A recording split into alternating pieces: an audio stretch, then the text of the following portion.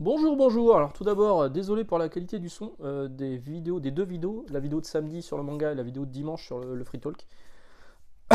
Je sais pas ce qui s'est passé avec mon micro, j'espère que c'est juste un bug provisoire. On verra sur cette vidéo d'aujourd'hui si ça sature pas trop. Si ça sature, bah, je vais changer de micro dans ce cas, hein. Voilà, donc on y va. Aujourd'hui, on va parler de Batman Superman World's Finest. Batman Superman World's Finest. Ma collègue, une collègue, m'a demandé où est-ce qu'elle pouvait le ranger. Est-ce qu'on le rangeait à Batman? Est-ce qu'on le rangeait à Superman? Est-ce qu'on le rangeait à W? Personnellement, je vais le ranger à Batman. Pourquoi? Parce que bah, c'est plus vendeur. On vend beaucoup plus de Batman que de Superman, même si c'est effectivement Superman qui est plus mis en avant sur cette couverture que Batman qui est un peu plus en retrait.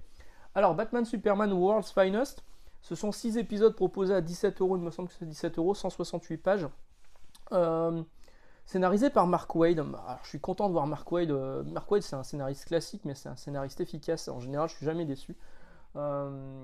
Et Dan Mora au dessin. Alors, Dan Mora, on l'avait vu dernièrement sur. Bah, je l'ai là, tiens. Hop là. Batman Détective. Ah, il est pas sur le dernier. Mais cette couverture, elle est de Mora. De Batman Détective, donc les précédents. Ça, c'est le dernier tome, il est pas dedans, malheureusement. Dans les précédents Batman Détective, il est parti de cette série pour arriver sur Batman World's Finest. Plutôt bon choix. Le Batman Superman, moi, c'est une série. Enfin, ce sont deux personnages que j'aime beaucoup, à la fois Batman et Superman, et les voir ensemble, il y a toujours une alchimie qui se fait, qui est plutôt cool. Notez ce logo, ce Bat logo, Superman logo, qui est plutôt sympa, qui est justifié à l'intérieur du comics en lui-même, parce que clairement, il y a un moment où vous allez penser à Dragon Ball, à Dragon Ball Z, si on veut être plus précis. Donc, Dan Mora, on a un gros éditorial au tout début qui nous raconte toute l'histoire de leur rencontre et des différentes séries qui les ont mis ensemble.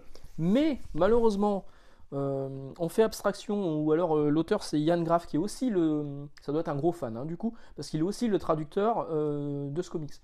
Il a zappé la partie de Jeff Lobb avec Ed McGuinness, une partie qui est disponible chez Urban dans 2 gros volumes, enfin toute la partie scénarisée par Jeff Lobb, que je vous recommande fortement, hein, c'est vraiment super sympa.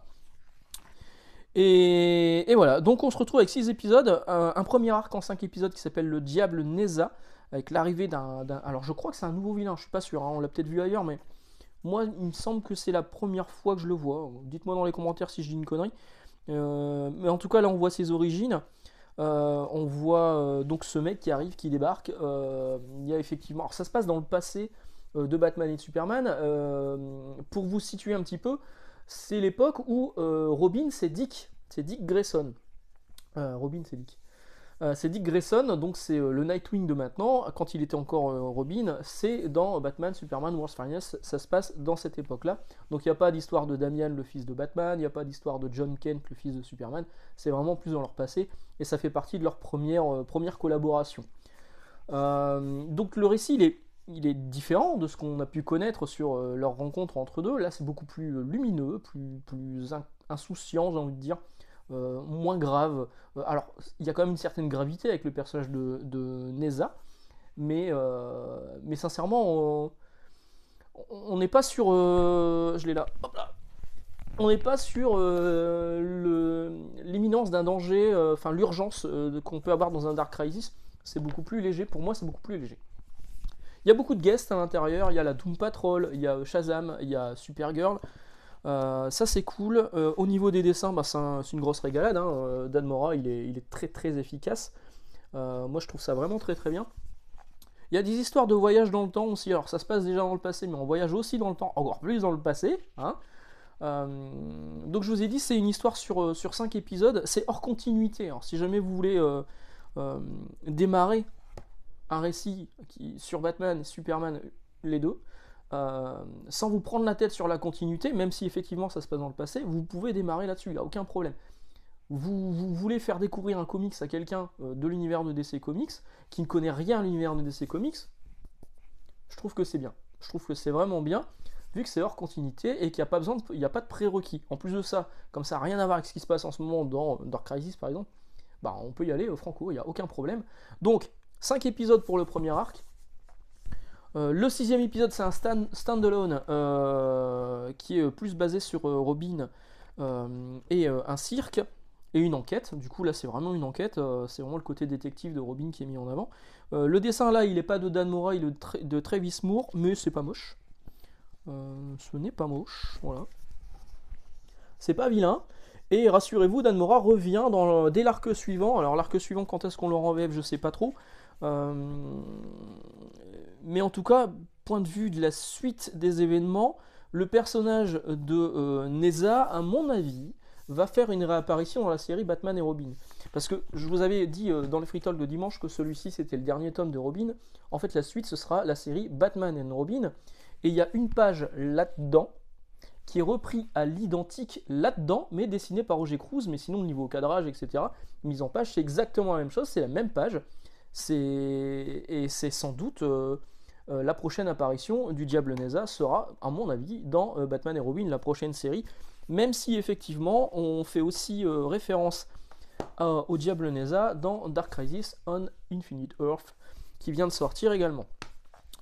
Voilà, que vous dire de plus? Un bon scénariste, un bon dessinateur, des pages qui font plaisir. Alors, ils ont changé le logo chez Urban Comics, j'ai pas compris pourquoi. Le logo original, il était imitation un peu métal, un peu plus brillant. Là, ça fait vraiment hyper sobre, je trouve ça dommage. Sans doute pour une histoire d'uniformisation avec le reste de leur collection, mais bon, je trouve ça con d'avoir changé le logo. C'est con. C'est con. Et puis surtout, là, il est labellisé Infinite, alors que c'est pas du tout dans la période Infinite. Effectivement, ça sort en même temps que d'autres titres Infinite, mais comme au niveau de la continuité, ça fait pas partie de la continuité d'Infinite, je trouve ça dommage d'avoir ajouté le logo qui est là. Mais bon, c'est pas trop grave. Franchement, c'est du bon taf. 17 balles, 6 épisodes. Chez d'autres éditeurs, ça serait beaucoup plus cher. Et ça fait plaisir de voir Dan Mora bosser sur des personnages aussi cool. Ah, j'ai failli vous montrer une page spoilante. Vraiment, j'ai beaucoup aimé le récit, et c'est beaucoup plus léger, effectivement, que ce qu'on connaît, mais c'est un plaisir à lire. Voilà, c'est une petite sucrerie entre d'autres comics ou mangas. En ce moment, je lis Bastard, je peux vous dire qu'au niveau ambiance, c'est pas la même chose. Que je vous recommande, voilà. Batman Superman's World's Finest, si vous hésitiez, vous pouvez y aller, d'autant qu'il y a zéro continuité derrière. Voilà, je vous souhaite une excellente journée, d'excellentes lectures, on se retrouve jeudi. Ciao.